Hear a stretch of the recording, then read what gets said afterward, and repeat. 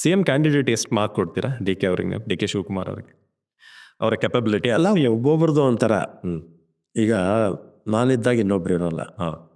ಈ ಉದಾಹರಣೆಗೆ ವೀರಪ್ಪಯ್ಯವರು, ಅವರು ITPL ತಂದಿದ್ದೆ ಅವರು.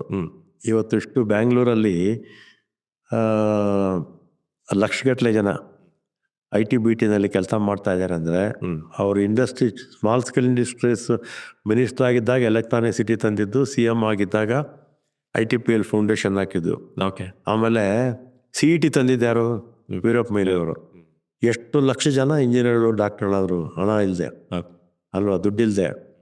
ಅದು ಒಬ್ಬೊಬ್ಬರು ವ್ಯಕ್ತಿತ್ವ ಒಂಥರ. ಧರ್ಮ್ ಸಿಂಗ್ ಅವರು, ಅವ್ರದ್ದೇ ವ್ಯಕ್ತಿತ್ವ ಬೇರೆ. ಬಂಗಾರಪ್ಪ ಅವ್ರದ್ದೇ ವ್ಯಕ್ತಿತ್ವ ಬೇರೆ. ಅವರು ಸಮಾಜವಾದಿ ಹಿನ್ನೆಲೆಯಿಂದ ಬಂದಂಥವ್ರು, ಸಾಕಷ್ಟು ಬಡವರು ಸಹಾಯ ಮಾಡಬೇಕು ಅಂತ ಮಾಡಿದವರು. ಇವರು ಒಳ್ಳೆ ಅಡ್ಮಿನಿಸ್ಟ್ರೇಟ್ರು. ವೀರೇಂದ್ರ ಪಾಟೀಲು, ದೇವರಾಜ ಅರಸು ಅವರು ಕ್ರಾಂತಿ ಮಾಡಿದಂಥವರು. ಹಾಗೆ ಸಿದ್ದರಾಮಯ್ಯವರು ನೇರ ನಡೆ ನೇರ ನುಡಿಗೆ ಹೆಸರು. ಮತ್ತು ಬಡವ್ರ ಬಗ್ಗೆ, ಹಿಂದುಳಿದ ವರ್ಗದವರು ಅಂತಲ್ಲ, ಎಲ್ಲ ವರ್ಗದ ಬಡವ್ರ ಬಗ್ಗೆ ಇರ್ತಕ್ಕಂಥವ್ರು. ಶಿವಕುಮಾರ ಸಂಘಟನೆಯಲ್ಲಿ ಎತ್ತಿದ ಕೈ, ಹಿಂದೆ ಮುಂದೆ ನೋಡಲ್ಲ, ಚೆನ್ನಾಗಿ ಸಂಘಟನೆ ಮಾಡ್ತಾರೆ. ಅದರಲ್ಲಿ ಎರಡನೇ ಮಾತೇನೆ ಇಲ್ಲ. ಬಟ್ ಒಂದು ಮಾತು ನಾನು ಕೇಳ್ಪಟ್ಟಿದ್ದೀನಿ, ಎಸ್ ಎಂ ಕೃಷ್ಣ ಅವರು. ನಾವು ರಾಜಕಾರಣಿ ಅನ್ನೋದಕ್ಕಿಂತ ಅವ್ರನ್ನ ಇದು ಏನೋ ದೊಡ್ಡದಿರ ಸ್ಟೇಟ್ಸ್ಮನ್ ಅಂತ ಕರೀ. ಸ್ಟೇಟ್ಸ್ಮನ್.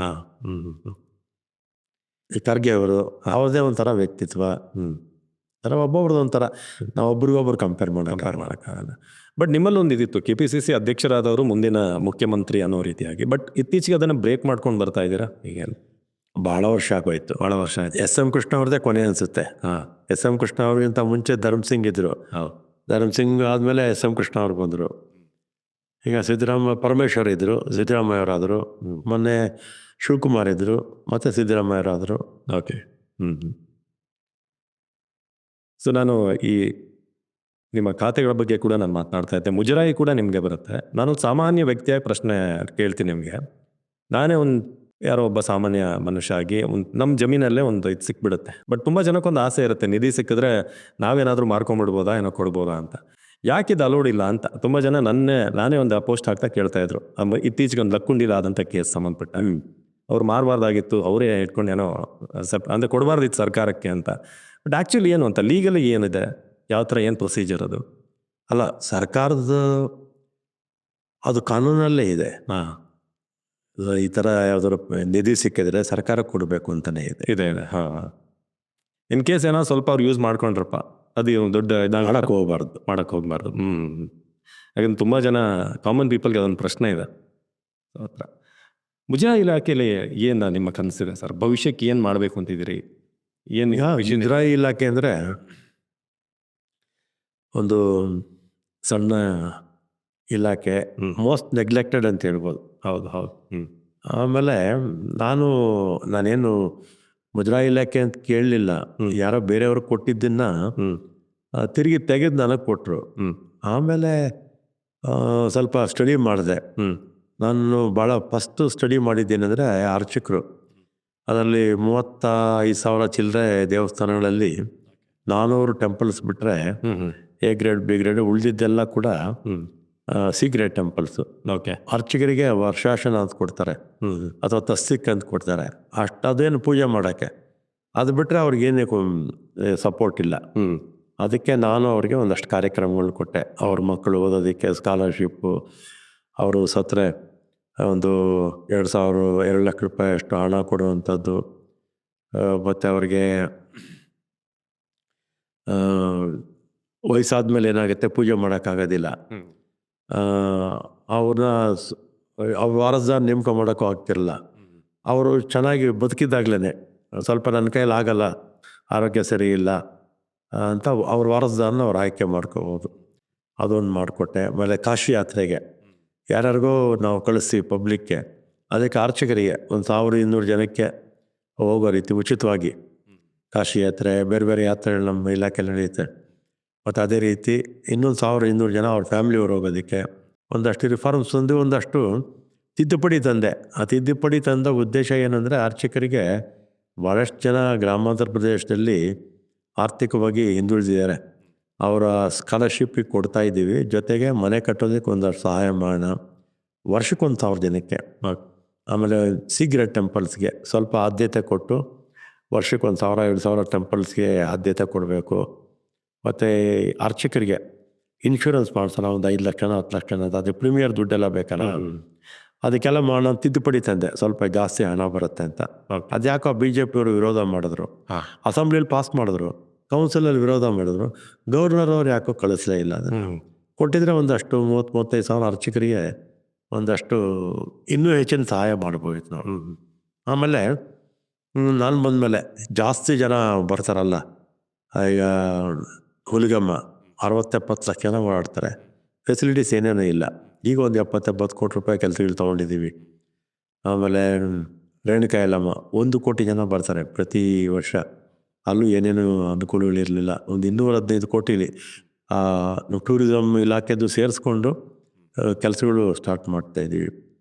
ಅದೇ ರೀತಿ ಘಾಟಿ ಸುಬ್ರಹ್ಮಣ್ಯ 25 ಲಕ್ಷ ಜನ ಹೋಗ್ತಾರೆ, ಅಲ್ಲೂ ಕೂಡ ಒಂದು 30 ಲಕ್ಷ ಕೋಟಿ ಕೆಲಸಗಳು ಪ್ರಾರಂಭ ಮಾಡಿದ್ದೀವಿ. ಮತ್ತು ಚಾಮುಂಡಿ ಬೆಟ್ಟ, ಅಲ್ಲೂ ಕೂಡ ಪ್ರಸಾದ್ ಸ್ಕೀಮಲ್ಲಿ ಕೆಲಸಗಳು ಪ್ರಾರಂಭ ಆಗಿದೆ. ಮಲೆ ಮಹದೇಶ್ವರ ಬೆಟ್ಟ ಮೊದಲೇ ಪ್ರಾಧಿಕಾರ ಆಗಿತ್ತು, ಸಾಕಷ್ಟು ಈಗ ಬದಲಾವಣೆ ಆಗಿದೆ. ಈಗ ಮತ್ತೆ ಕುಕ್ಕೆ ಸುಬ್ರಹ್ಮಣ್ಯ ಕೂಡ ಈಗ ಅಲ್ಲಿ 1 ಕೋಟಿ ಜನ ಹೋಗ್ತಾರೆ. ಅದು ಕೂಡ ಪ್ರಾಧಿಕಾರ ಮಾಡಬೇಕು.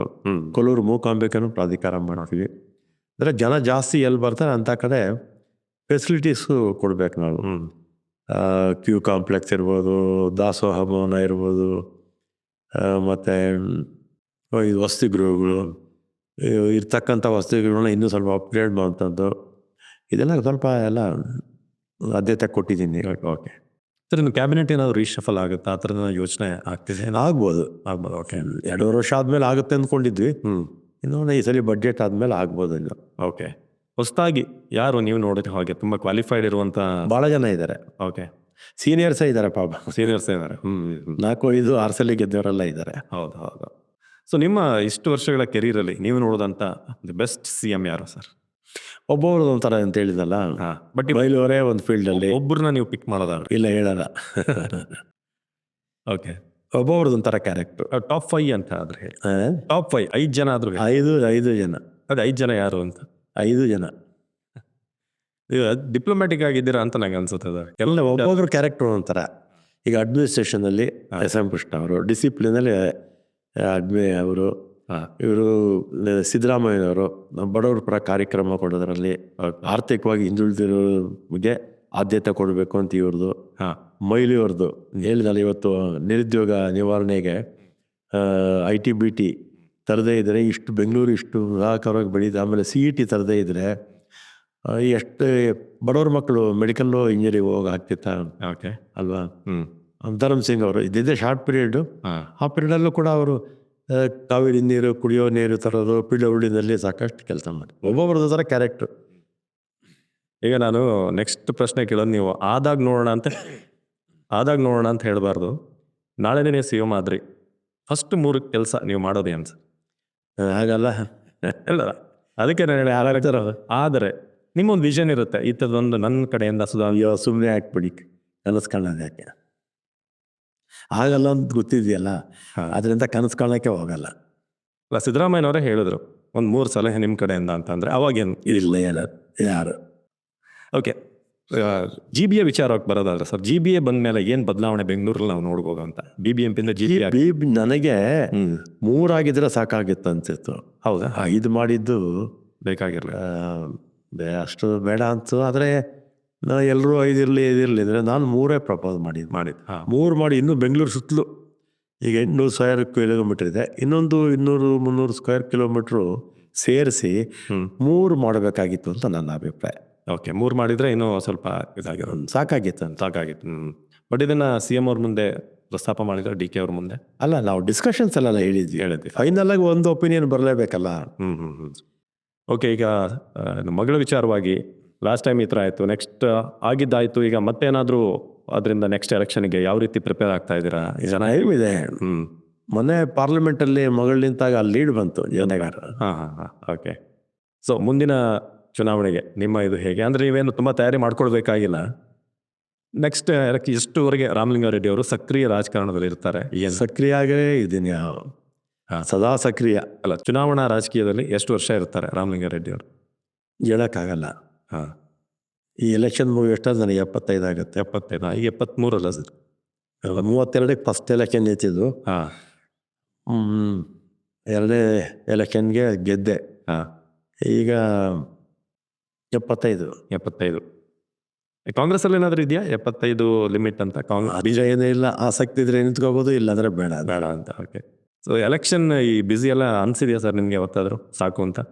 ಎಲ್ಲಿ ಆರಾಮಾಗಿರೋಣ, ರಿಲ್ಯಾಕ್ಸ್ ಆಗಿ ಫ್ಯಾಮಿಲಿ ಜೊತೆ ಟೈಮ್ ಸ್ಪೆಂಡ್ ಮಾಡೋಣ ನಾವು ಈಗಲೂ ರಿಲ್ಯಾಕ್ಸ್ ಆಗೇ ಇರ್ತೀನಿ. ಇದ್ದೀರಾ? ಓಕೆ. ನಾವು ಬೆಳಿಗ್ಗೆ 8:30ವರೆಗೂ ಮಾಡ್ತಿರ್ತಾರೆ. 8:30ವರೆಗೂ ಯಾರನ್ನೂ ಮೀಟೇ ಮಾಡಲ್ಲ. ಮಾಡೋದು. ಹಾಂ ಹಾಂ. 8:30ಗೆ ಆಫೀಸ್ಗೆ ಬರ್ತೀನಿ. ಬಂದವ್ರಿಗೆಲ್ಲ ಮಾತಾಡ್ಸ್ಕೊಡ್ತೀನಿ. ಭಾಳ ಅರ್ಧ ಕೆಲಸ ಫೋನಲ್ಲೇ ಮಾಡ್ಬಿಡ್ತೀರ. ನಮ್ಮ ಕ್ಷೇತ್ರದವ್ರು ಯಾರು ಕೂಡ ವಿಧಾನಸೌಧಕ್ಕೆ ಕೂಡ ಬರೋದಿಲ್ಲ. ನಮ್ಮ ಬೇರೆಯವರೆಲ್ಲ ಬರ್ತಾರಲ್ಲ, ನಮ್ಮ ಕ್ಷೇತ್ರದವ್ರು ಯಾರು ವಿಧಾನಸೌಧಕ್ಕೂ ಕೂಡ ಬರೋದಿಲ್ಲ. ಹಾಂ. ಸರ್, ಕೊನೆಯದಾಗಿ ನಿಮ್ಮ ಅಭಿಪ್ರಾಯ 2028 ಟೂರ್ ಹೊಡಿತಾ ಇರ್ತೀವಿ. ಹಾಂ. ಎಲ್ಲ ನಾನು ಸುಮಾರು ಒಂದು 85 ದೇಶ ನೋಡಿದ್ದೀನಿ. ಈಗ 6 ವರ್ಷದಿಂದ ನೋಡಿಲ್ಲ. ಈ 6 ವರ್ಷ ಕರೋನಾ ಬಂದ್ಮೇಲೆ ಹೋಗಿಲ್ಲ. ಹೋಗಿದ್ರೆ ಇನ್ನೊಂದು 45 ದೇಶ ಹೋಗ್ತಾ ಆಗಿರೋದು. ಆಮೇಲೆ ನಂದು ಬಿಸ್ನೆಸ್ ಇದೆಯಲ್ಲ, ಅದಕ್ಕೂ ಟೈಮ್ ಕೊಡ್ತೀನಿ. ನಾವು ವ್ಯವಸಾಯಕ್ಕೂ ಟೈಮ್ ಕೊಡ್ತೀನಿ. ರಿಲ್ಯಾಕ್ಸ್, ಯಾವಾಗಲೂ ರಿಲ್ಯಾಕ್ಸ್. ತುಂಬ ಟ್ರಾವೆಲ್, ಅಬ್ರಾಡ್ ಎಲ್ಲ ಟ್ರಾವೆಲ್ ತುಂಬ ಮಾಡಿದ್ದೀನಿ. 85 ದೇಶ ಹೋಗಿದ್ದೀನಿ. ಎಲ್ಲಿ ತುಂಬ ಇಷ್ಟಪಡ್ತೀರಾ? ಯಾವ ದೇಶ? ಯುರೋಪ್ ತುಂಬ ಇಷ್ಟ. ಯಾಕೆ? ಯುರೋಪಲ್ಲಿ ಚೆನ್ನಾಗಿದೆ, ಎಲ್ಲ ಹಿಸ್ಟಾರಿಕಲ್ ಬಿಲ್ಡಿಂಗ್. ಒಂದೊಂದು ಬಿಲ್ಡಿಂಗು ಮಾನ್ಯುಮೆಂಟು. ಹಾಂ. ಯುರೋಪಲ್ಲಿ ಒಂದೊಂದು ಬಿಲ್ಡಿಂಗು ಮಾನ್ಯುಮೆಂಟು. ಏನೋ 200-300 ವರ್ಷದ ಬಿಲ್ಡಿಂಗ್ಸು ಕಾಮನ್ ಆಗಿರುತ್ತೆ. ಝಕ್ಕಲ್ಲಿ 700 ವರ್ಷದ ಮುನ್ಸಿಪಾಲ್ಟಿ ಆಫೀಸ್ ಇದೆ, ಈಗಲೂ ಕೆಲಸ ಮಾಡ್ತಾ ಇದೆ. ಓಕೆ. ಆಮೇಲೆ ಟರ್ಕಿನಲ್ಲಿ 700 ವರ್ಷದ ಮಾರ್ಕೆಟ್ ಒಂದಿದೆ. ಈ ಥರ ಸಾವಿರಾರು ವರ್ಷದ ಕಟ್ಟಡಗಳನ್ನ, ಕೊಲೋಸಿಯಂ ಇದೆಯಲ್ಲ 2000 ವರ್ಷದ್ದು, ಈಗಲೂ ಹಾಗೆ ಇದೆ. ಓಕೆ. ಬಿಲ್ಡಿಂಗ್ಸು ಅಷ್ಟೇ, ಪ್ರತಿ ಬಿಲ್ಡಿಂಗು ಮಾನ್ಯುಮೆಂಟ್ ಇದ್ದಾಗೆ ಇಡೀ ಯುರೋಪ್. ಅದರಲ್ಲೂ ರೋಮ್ ಭಾಳ ಚೆನ್ನಾಗಿರುತ್ತೆ. ಓಕೆ. ಏನು ಪರ್ಚೇಸ್ ಚೆನ್ನಾಗಿದೆ. ಶಾಪಿಂಗ್ ಎಲ್ಲ ಏನು ಮಾಡ್ತೀರಾ ನೀವು ಅಲ್ಲಿ ಹೋದಾಗ? ಏನಾದರೂ? ನಾನು ಶಾಪಿಂಗು ಜಾಸ್ತಿ ಏನು ಮಾಡೋಕ್ಕೆ ಹೋಗಲ್ಲ. ನಾನು ಏನು ಶಾಪಿಂಗ್ ಮಾಡ್ತೀನಿ ಅಂದರೆ, ಯಾವ ದೇಶಕ್ಕೆ ಹೋಗ್ತೀನಿ ಆ ದೇಶದ ನಾಣ್ಯ, ಕಾಯಿನ್ಸ್, ಆಮೇಲೆ ಕಾಯಿನ್ಸು, ಆಮೇಲೆ ಲೋಟು, ಆಮೇಲೆ ಆ ದೇಶದ್ದು ಸಿಂಬಲ್ ಇರಬೇಕು. ಆ ಥರದ್ದು ಮಾತ್ರ ತೊಗೊಂಬರ್ತೀನಿ. ಉಳಿದಿದ್ದು ನಾನೇನು ಪರ್ಚೇಸೇ ಮಾಡಲ್ಲ. ಓಕೆ. ನಿಮ್ಮನ್ನು ಯಾವತ್ತೂ ನಾನು ಖಾದಿ ಬಟ್ಟೆ, ಈ ಥರ ಬಿಳಿ ಪ್ಯಾಂಟಲ್ಲಿ ಖಾದಿ ನಾನು ಹಾಕೋದೇ ಇಲ್ಲ. ಖಾದಿನೇ ಅಲ್ಲ, ಈ ಥರದ್ದು ಸಿಂಪಲ್ ಡ್ರೆಸ್ಸಲ್ಲಿ ನೋಡ್ತಾ ಇರ್ತೀನಿ ಯಾವಾಗಲೂ ಹಿಂಗೆ ಇರೋದು. ಫಾರಿನ್ ಹೋದಾಗಲೂ ಹಿಂಗೆ? ಖಾದಿನೂ ಹಾಕಿಲ್ಲ. ಬಟ್ ಫಾರಿನ್ ಹೋದಾಗ ಈ ಥರ ಸಿಂಪಲ್ ಆಗಿ ಡ್ರೆಸ್ ಮಾಡ್ತೀರಾ? ಹಿಂಗೆ ಹೋಗೋದು. ಹೌದಾ? ಅಥವಾ ಟೀ ಶರ್ಟು, ಶಾರ್ಟ್ಸ್ ಆ ಥರ ಏನೂ ಇಲ್ಲ? ಏನಿಲ್ಲ. ಆ ಬಟ್ಟೆ ಎಲ್ಲ ಎತ್ತಿಟ್ಟಿರ್ತೀನಿ. ಲಗೇಜ್ ಜಾಸ್ತಿ ಆಗುತ್ತಲ್ಲ, ಅಲ್ಲಿ ಹೋಗಿ ಹಾಕ್ಕೊಂಡು ಅದು ಬಿಸಾಕ್ಬಿಟ್ಟು ಬರ್ತಾರೆ. ಲಗೇಜ್ ಕಡಿಮೆ ಆಗ್ತಾ ಇರೋದಾಗುತ್ತೆ. ಓಕೆ. ಸ್ವಲ್ಪ ಹಳೇದಾಗಿರುತ್ತಲ್ಲ, ಅದನ್ನೇ ತೊಗೊಂಡೋಗೋದು. ತೊಗೊಂಡೋಗಿ ಆವತ್ತು ಬಟ್ಟೆ ಅಲ್ಲೆಲ್ಲೇ ಬಿಸಾಕ್ಬಿಟ್ಟು ಬರ್ತಾರೆ, ಲಗೇಜ್ ಕಡಿಮೆ ಆಗುತ್ತೆ. ಓಕೆ. ಸರ್, ಕೊನೆಯದಾಗಿ ನನ್ನ ಪ್ರಶ್ನೆ, ನಿಮ್ಮ ಪ್ರಕಾರ 2028 ಎಲೆಕ್ಷನ್ ಏನಿದೆ, ಯಾರ ನೇತೃತ್ವದಲ್ಲಿ ಹೋದರೆ ಪಕ್ಷಕ್ಕೆ ಒಳ್ಳೆಯದು, ಅಥವಾ ಈ ಮ್ಯಾಂಡೇಟ್ ಮತ್ತೆ ಜನ ಕೊಡಬೇಕಂದ್ರೆ ಯಾರ ನೇತೃತ್ವ ಮುಖ್ಯ ಅನ್ಸ? ಇಬ್ಬರು ಬೇಕು. ಸಿದ್ದರಾಮಯ್ಯ ಅವರು ಬೇಕು, ಶಿವಕುಮಾರ್ ಅವರು ಬೇಕು. ಬಟ್ ಸಿದ್ದರಾಮಯ್ಯನವರು ಚುನಾವಣಾ ರಾಜಕೀಯದಿಂದ ನಾನು ದೂರ ಆಗ್ತೀನಿ ಅಂತ 2 ಸಲ ಹೇಳಿದ್ದಾರೆ. ಈ ಸಲ ಚುನಾವಣೆ ರಾಜಕೀಯದಿಂದ ಬೇರೆ ಆಗ್ಬೋದು, ಅದರ ಜವಾಬ್ದಾರಿ ಅವ್ರ ಮೇಲಿದೆ. ಯಾಕಂದರೆ 2 ಸಲ CM ಆಗಿದ್ದಾರೆ, 2 ಸಲ ವಿಪಕ್ಷದ ನಾಯಕರಾಗಿದ್ದಾರೆ. ಮತ್ತು ಕಾಂಗ್ರೆಸ್ ಪಕ್ಷವನ್ನು ಅಧಿಕಾರಕ್ಕೆ ತರುವಂಥ ಜವಾಬ್ದಾರಿ ಅವ್ರ ಮೇಲೂ ಇದೆ, ಶಿವಕುಮಾರ್ ಮೇಲೂ ಇದೆ. ಅವರು 6 ವರ್ಷದಿಂದ ಪಕ್ಷಾಧ್ಯಕ್ಷರಾಗಿದ್ದಾರೆ, DCM ಆಗಿದ್ದಾರೆ. ಇಬ್ಬರ ಮೇಲೂ ಜವಾಬ್ದಾರಿ ಇದೆ. ಅದ್ರ ಜೊತೆಗೆ ಇನ್ನೂ ಬೇರೆಯವರೆಲ್ಲ ಇದ್ದಾರಲ್ಲ, seniors. For business and personal promotions, please contact 9686376663.